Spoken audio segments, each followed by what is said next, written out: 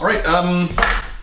Well, as I mentioned, or maybe I mentioned, there are not a lot of single malt distilleries in the Lowlands. They do produce a lot of whiskey in the Lowlands. I think actually by volume the most. However, most of that is not single malt; it's single grain. And single grains are things that go into blends to either up the alcohol or stretch the malt a little further. A grain whiskey is something that's in Scotland made with 10 to 20% malted barley. It's actually required in Scotland. Other places don't have it as a requirement. But the rest is going to be wheat or maize, as they say, corn. I knew you knew that. I don't know why I was explaining that to you. Or what else did I say? Rye? Rye, yes, exactly. So the requirements for something to be whiskey in Scotland or to be single? What is the 20% is? What does that make it? Scotch whiskey? It's still a single grain Scotch whiskey, even though it has 20 as long as it has 20% of right, particularly, then it's a single grain. Then it's a single grain. Even though it has other malt grains, will be just barley. Yeah. Oh, that's interesting because you would think single grain would all be one grain, but single malt is just barley and nothing else. Right. That's a good point. It does say single grain. I mean, yeah, just from the name, you would think that would just be one grain, but it's not. It might have rye or corn or wheat in it, right? I mean, yeah, and they don't say. This is from a refill hogshead, so it's been used once previously. The hogshead it was distilled in 1988 when I was just out of high school, and bottled in 2017. It's 28 years old, and I think it's still cheap and less expensive than you would, like a single malt at 28 is going to be very expensive, but the single grains, they just don't have the same panache, so you can get it for cheaper. Yes, the thing is, this is made with a coffee still, and a coffee still is a continuously distilling process, so they continue to put in new low spirit and distill it into whiskey, into alcohol. so it's kind of like a moving target. It's always going. Yeah, but it's always going. So it's like the flavor profile, I would imagine, changes kind of over time, right? Well, that's just it. Is that this comes out about 98% alcohol out of the still. Really? So there's very little left in it. When you get a single malt off the kettles, those stills, they come out at around 68 to 72% in that range. So there's still like 30% of the stuff from the original barley in there and water. This is very much more pure. So nearly 100% of the flavor we're going to get from these things is going to be due to the casks that they were stored in. And the fact that they were stored in there for 28 years means they've picked up a lot of that flavor. That sounds like a good thing to me. Yeah. So it'll be interesting to see how we look at this in comparison. Another light one. Yeah, it's quite yellow. Yeah. So the other two we had were single malt. This is single malts. grain. These are single grains. There we are. Old Particular. Yeah, it's a Douglas Lang. I can never get the name said right. I don't know if I gave you a full pour there. No, you didn't. Titch more. No, that's close. Kind of dribbling a little bit.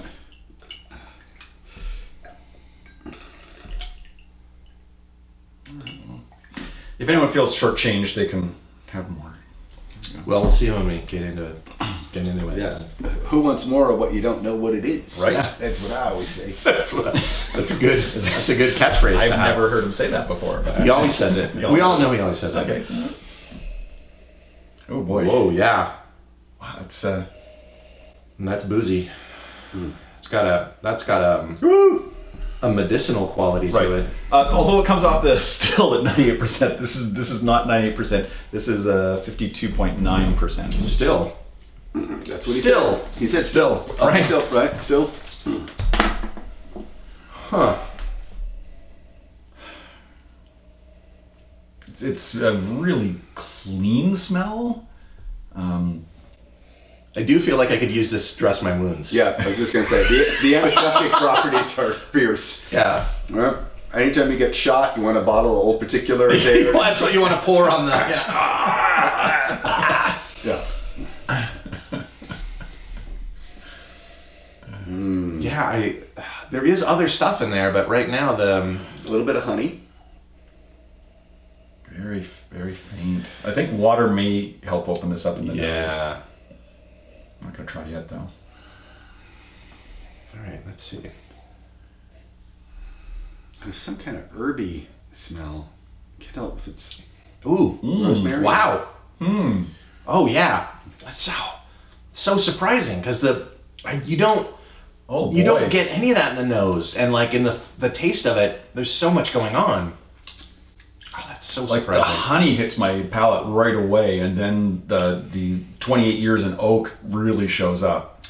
I got some anise notes Oh, maybe a little bit, yeah. right at the beginning. Yeah, a bit of licorice. Licorice forward. Yeah, It's licorice forward. definitely. How's your Old Particular?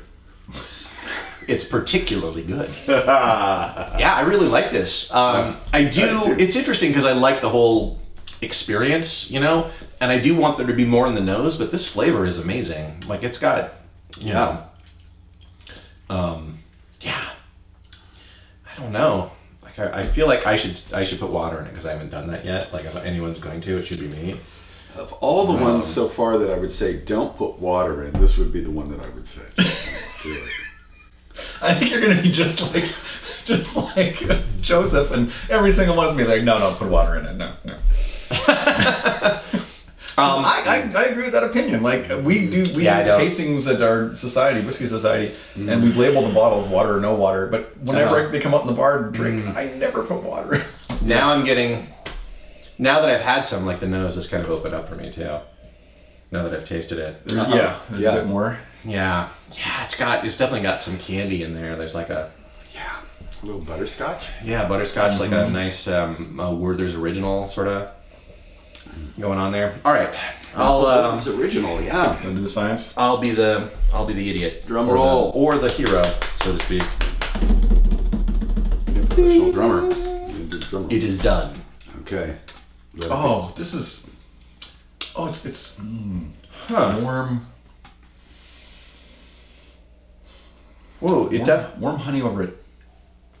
Apple. It's like you were just going over for dinner and now there's an invitation to spend the night. Yeah, this is There's a lot of sugar in there. A lot of honey. It's like a caramel apple sort of, or a baked apple. Maybe apple pie sort of a. But the nose gets much softer after the water. It's more accessible. Still not a lot going on, but. Oh, I'm going to go apple pandowdy. I believe I've had one once. There's a little bit of nutmeg, a little bit of cinnamon. Oh, guys, I don't know. Oh no! I think I think I like it better with the water. Like Joseph's enthusiasm is making me want to experiment. It draws out the flavors. Like I think before they were all like this, and then with the water, it's like why don't you enjoy a more lengthy experience? I think I like it with the. I hope I'm right. I hope I'm not misleading you, but.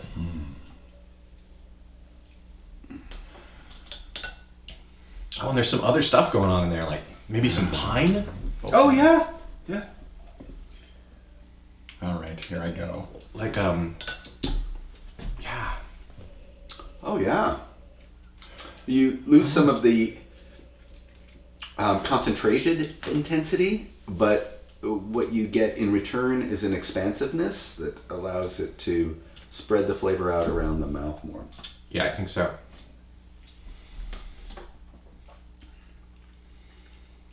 Yeah, and I get more of the pine and licorice combination now is more pronounced for me. I find that anise flavor really accentuated.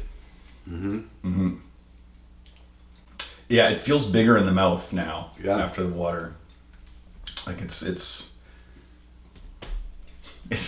I'll do some expressive dance to describe how the liquid now feels in the mouth. It makes you want. And once again, like as Andrew says, like this is the great thing about it. Whiskeys is they're so surprising. Like they're all so different. Like I would have never expected that to happen after I put water in it. Like I was really, I don't know. And it's like drinking a different beverage with water in it. And I like both. I think I like both of them. I think I might like this one with water better though. I think marginally better, just a bit. I do. But I like both of them very much. I would- Both ways. I Give agree. myself both experiences. So yeah, just like we did, add the water to it after you've had half a glass, and then get the second half is like a second kind of whiskey. Right, and as we say, add the water after because you can never take it out. So add it slowly. That's right. Yeah. Just like as your children grow, they won't be like they were before. You're adding age and wisdom to something that will grow. Do we have to pay copyright? No, he signed the thing. He signed the release. He signed it. We own everything he says. Okay. Even if someone else wrote that? No one did. No, it's not that. You just wrote that? He just wrote it just now. All right, just checking. Actually, Old Particular wrote it. Nope. my old particular wrote it. I say it. It's an old It's written particular by my old song. particular. Yeah. This is much better than young non-specific. Ugh, I hate that scotch. young generalist? Yeah. It doesn't know what it wants to be yet. Young generic. Yeah.